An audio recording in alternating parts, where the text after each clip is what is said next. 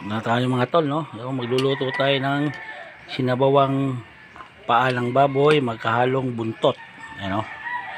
So naglagay na tayo mga tol ng kaunting yung chili salt natin.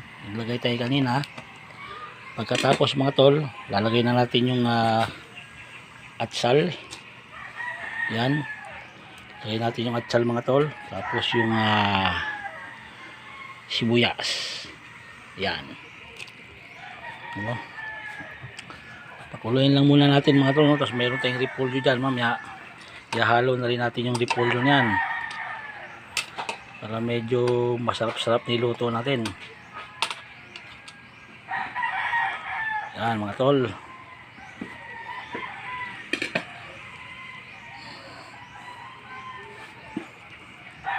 Ito lutong bahay lang ito mga tol, no? Yan.